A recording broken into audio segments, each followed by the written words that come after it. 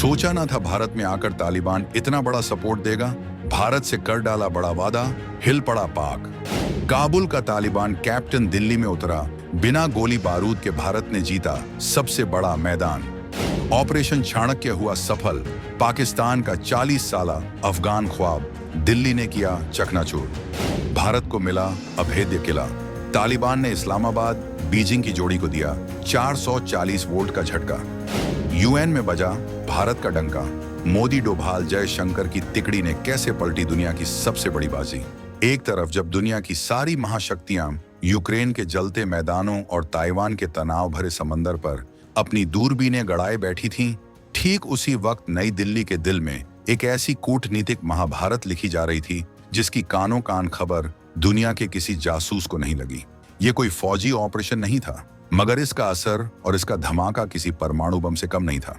ये भारत की उस खामोश साइलेंट स्ट्राइक की वो अनसुनी कहानी है जिसने रावलपिंडी के फौजी हेडक्वार्टर में बैठे पाकिस्तानी जनरलों की नींद को हमेशा हमेशा के लिए उड़ा दिया है। ये वो कहानी है जिसने पाकिस्तान के उस 40 साल पुराने ग्रैंड प्लान को एक ही झटके में मटियामिट कर दिया, जिसे वो स्ट्रेटेजिक डेप्थ के नाम से अपनी सबसे बड़ी सैन्य ताकत समझता था। दिल्ली की जमीन पर उस शख्स ने कदम रखा जिसके नाम से ही पाकिस्तान के हुक्मरानों के पसीने छूट जाते हैं और चीन के रणनीतिकार भी 100 बार सोचने पर मजबूर हो जाते हैं। ये शख्स था अफगानिस्तान का सुप्रीम कमांडर और विदेश मंत्री आमिर खान मुत्तकी। लेकिन ठहरिए, ये सिर्फ एक मंत्री का दौरा नहीं था, बल्कि ये प्रधानमंत्री मोदी, विदेश मंत्री एस जयशंकर और राष्ट्रीय सुरक्षा सलाहकार अजीत डोभाल की उस त्रिमूर्ति द्वारा बिछाई गई शतरंज की उस बाजी का आखिरी और सबसे घातक दांव था, जिसने पाकिस्तान और चीन की दोस्ती को एक ही चाल में शह और मात दे दी है। इस वीडियो में हम खोलेंगे इस पूरी हैरत अंगेज कहानी की एक एक परत कि कैसे भारत ने अपने सबसे बड़े दुश्मन के सबसे बड़े दोस्त को ही अपना मोहरा बनाकर दुश्मनों के सबसे मजबूत किले को जमींदोज कर दिया। तो जुड़े रहिए हमारे साथ और कमेंट्स में अपनी राय देना बिल्कुल मत भूलिएगा। तालिबान ने मांगी भारत से संजीवनी, बदले में दिया ऐसा सुरक्षा कवच कि पाकिस्तान के होश उड़ गए। न किसी का खौफ, न किसी का दबाव। काबुल की सत्ता पर अब लहराएगा भारत का परचम। दिल्ली में रचा गया दक्षिण एशिया का नया महाभारत। दुश्मनों की हर चाल हुई नाकाम। भारत ने चली ऐसी चाल कि इस्लामाबाद से बीजिंग तक मच गया हाहाकार। तो चलिए इस पूरे पावर गेम को शुरू से समझते हैं। आखिर तालिबान के विदेश मंत्री आमिर खान मुत्तकी का दिल्ली आना कोई छोटी मोटी घटना क्यों नहीं है। इसके पीछे की कहानी को समझने के लिए आपको 4 साल पीछे उस दिन को याद करना होगा जब अमेरिकी फौज अफगानिस्तान की धरती छोड़कर भाग रही थी और तालिबान काबुल पर कब्जा कर रहा था। उस दिन दुनिया में अगर कोई देश सबसे ज्यादा जश्न मना रहा था तो वो था पाकिस्तान। रावलपिंडी के जनरलों ने मिठाइयां बांटी थीं क्योंकि उन्हें लगा कि उन्होंने अफगानिस्तान को अपनी जेब में रख लिया है।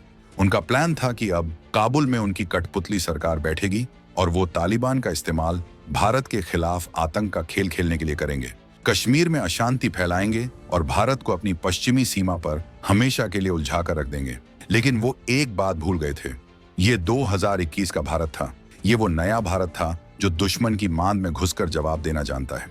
भारत ने खामोशी से अपनी बिसात बिछानी शुरू की। सबसे पहले तो इस पहेली को समझिए कि तालिबान के लगभग सारे बड़े नेताओं पर संयुक्त राष्ट्र यूएन ने ट्रैवल बैन यानी यात्रा प्रतिबंध लगाया हुआ है। इसका मतलब है कि वो अफगानिस्तान से बाहर एक कदम भी नहीं रख सकते।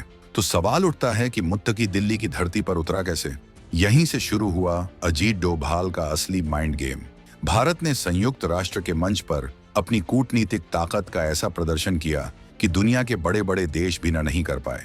भारत ने यूएनएससी में तालिबान के लिए एक विशेष छूट की वकालत की और दुनिया को यह यकीन दिलाया कि अगर अफगानिस्तान में स्थिरता लानी है और उसे आतंक का गढ़ बनने से रोकना है तो तालिबान से सीधी बातचीत ही एकमात्र रास्ता है। दुनिया भारत के तर्क को नजरअंदाज नहीं कर सकी। ये भारत की पहली कूटनीतिक जीत थी और पाकिस्तान को लगने वाला पहला 440 वोल्ट का झटका भी। पाकिस्तान का 40 साला सपना खाक में मिला। भारत ने कैसे दफनाई स्ट्रेटेजिक डेप्थ की थ्योरी। जब मुत्तकी दिल्ली पहुंचे तो बंद दरवाजों के पीछे 2 ऐतिहासिक बातें हुई। पहली, तालिबान ने भारत को फौलाद जैसा मजबूत भरोसा दिया कि अफगानिस्तान की एक एक इंच जमीन का इस्तेमाल भारत के खिलाफ किसी भी आतंकी साजिश के लिए कभी नहीं होने दिया जाएगा। दोस्तों, ये सिर्फ एक मामूली बयान नहीं है, ये पाकिस्तान के उस आतंकी कारखाने पर ताला लगाने का ऐलान था जिसे वो दशकों से अफगानिस्तान की जमीन पर चलाता आ रहा था। सालों से पाकिस्तान भारत के खिलाफ लड़ने वाले आतंकियों को अफगान धरती पर ट्रेनिंग कैंप मुहैया कराता था, लेकिन तालिबान के इस एक आश्वासन ने सीधा संदेश दे दिया, वो दुकान अब हमेशा के लिए बंद हो चुकी है। ये पाकिस्तान के उस प्रॉक्सी वॉर के प्लान पर भारत की सर्जिकल स्ट्राइक थी, जिसने उसके हाथ से सबसे बड़ा हथियार ही छीन लिया। लेकिन कहानी का असली रोमांच तो अभी बाकी था। इस फौलादी भरोसे के बदले में तालिबान ने भारत के सामने एक ऐसी मांग रख दी जिसने बीजिंग से लेकर वॉशिंगटन तक के पावर सेंटरों में हलचल पैदा कर दी। तालिबान ने खुले तौर पर कहा कि अब समय आ गया है कि भारत उनकी सरकार को आधिकारिक तौर पर एक देश के रूप में मान्यता दे। ये एक बहुत बड़ी मांग है, क्योंकि आज तक दुनिया के किसी भी मुल्क ने तालिबान सरकार को मान्यता नहीं दी है। तालिबान का पाकिस्तान को छोड़कर भारत से यह मांगना इस बात का सबसे बड़ा सबूत है कि वो समझ चुका है कि इस पूरे इलाके का असली बिग बॉस कौन है। वो जानता है कि अगर दिल्ली ने उसे मान्यता दे दी तो दुनिया के बाकी देशों का नजरिया भी रातों रात बदल जाएगा। तालिबान अब समझ गया है कि दिल्ली की दोस्ती इस्लामाबाद की जहरीली यारी से 1000 गुना ज्यादा कीमती और भरोसेमंद है। अब आते हैं इस कहानी के उस हिस्से पर जिसने पाकिस्तान की पूरी फौजी रणनीति की कमर तोड़कर रख दी है। ये स्ट्रेटेजिक डेप्थ आखिर क्या बला है? चलिए आपको बिल्कुल देसी और सरल भाषा में समझाते हैं। पाकिस्तान की फौज का हमेशा से यह मानना था कि अगर कभी भारत के साथ बड़ी जंग हुई और भारतीय सेना उन्हें हराने लगी तो पाकिस्तानी फौज पीछे हटकर अफगानिस्तान में चली जाएगी। मतलब वो अफगानिस्तान को अपनी सेफ हाउस या चोर दरवाजे की तरह इस्तेमाल करना चाहते थे, जहां वो फिर से अपनी ताकत जुटाएंगे और दोबारा भारत पर हमला करेंगे। इसी एक सपने को पूरा करने के लिए पाकिस्तान की खुफिया एजेंसी ISI ने पहले मुजाहिदीन को पैदा किया और फिर तालिबान को अपने बच्चे की तरह पाला पोसा। उसे पूरा यकीन था कि काबुल की गद्दी पर हमेशा कोई ऐसा ही बैठेगा जो रावलपिंडी के हुक्म पर नाचेगा। 2021 में जब तालिबान ने काबुल पर कब्जा किया तो पाकिस्तानी जनरलों ने इसी स्ट्रेटेजिक डेप्थ के सपने के पूरे होने का जश्न मनाया था। लेकिन भारत की चाणक्य नीति ने उनके इस 40 साल पुराने ख्वाब को कब्र में दफन कर दिया। भारत की मदद बनाम पाकिस्तान का धोखा। तालिबान ने क्यों चुना दिल्ली का रास्ता? भारत ने तालिबान को आईना दिखाया। भारत ने उसे समझाया कि पाकिस्तान तुम्हारा दोस्त नहीं, एक सौदागर है। वो पूरी दुनिया में तुम्हें एक खतरनाक संगठन बताकर खुद अमेरिका से डॉलर ऐंठता है और तुम्हारी बदनामी करता है, जबकि भारत तुम्हारे साथ बराबरी और सम्मान का रिश्ता चाहता है। हम तुम्हारे बच्चों के लिए स्कूल बनाना चाहते हैं, तुम्हारे खेतों के लिए बांध और तुम्हारे भविष्य के लिए सड़कें बनाना चाहते हैं। भारत ने सिर्फ जुबान से नहीं बल्कि अपने काम से तालिबान का भरोसा जीता। तालिबान के कब्जे के बाद भी जब पूरी दुनिया ने अफगानिस्तान से मुंह मोड़ लिया था, तब भारत ही था जो लगातार गेहूं और दवाइयों के रूप में मानवीय मदद भेजता रहा। यही वो वजह है कि तालिबान का झुकाव इस्लामाबाद से हटकर दिल्ली की तरफ हो गया। तालिबान के प्रवक्ता का यह कहना कि हम किसी के गुट का हिस्सा नहीं हैं, पाकिस्तान को एक सीधा और साफ संदेश था कि अब हम तुम्हारे रिमोट कंट्रोल से नहीं चलेंगे। तालिबान अब एक आजाद विदेश नीति चाहता है और इस नए रास्ते पर उसे पाकिस्तान जैसा धोखेबाज नहीं बल्कि भारत जैसा एक मजबूत और भरोसेमंद बड़ा भाई चाहिए। मुत्तकी की दिल्ली यात्रा ने इस सच्चाई पर आखिरी मुहर लगा दी है कि अब अफगानिस्तान की किस्मत का फैसला इस्लामाबाद की साजिशों से नहीं बल्कि दिल्ली के साथ सहयोग से होगा।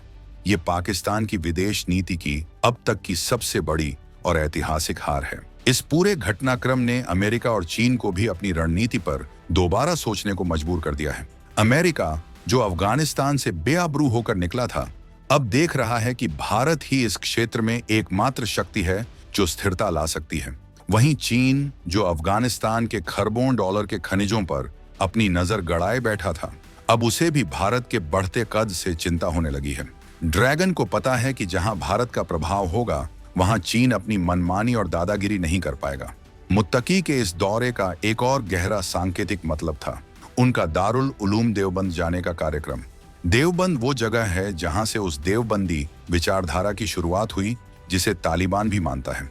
लेकिन देवबंद के विद्वानों ने हमेशा भारत की अखंडता की बात की और देश के बंटवारे का विरोध किया था। एक तालिबानी नेता का देवबंद जाना पाकिस्तान के मुंह पर सबसे करारा वैचारिक तमाचा था। ये दुनिया को संदेश था कि तालिबान अपनी असली जड़ें भारत की जमीन पर देखता है, न कि पाकिस्तान में, जिसने इस्लाम के नाम पर सिर्फ नफरत और आतंक का कारोबार किया है। ये है नए भारत की डोभाल डॉक्ट्रिन, जहां दुश्मन के दुश्मन को दोस्त नहीं बनाया जाता, बल्कि दुश्मन के कथित दोस्त को ही अपना सबसे पक्का यार बनाकर दुश्मन को दुनिया में अकेला और बेसहारा छोड़ दिया जाता है। मुत्तकी की अजीत डोभाल और एस जयशंकर से मुलाकातें सिर्फ तस्वीरें नहीं, बल्कि दक्षिण एशिया के उस नए इतिहास की शुरुआत है जिसे अब भारत अपनी शर्तों पर लिखेगा। अब सबसे बड़ा सवाल यह है कि भारत की इस शह और मात के खेल के बाद पाकिस्तान का अगला कदम क्या होगा, और क्या भारत तालिबान को मान्यता देने की इस बड़ी मांग पर विचार करेगा?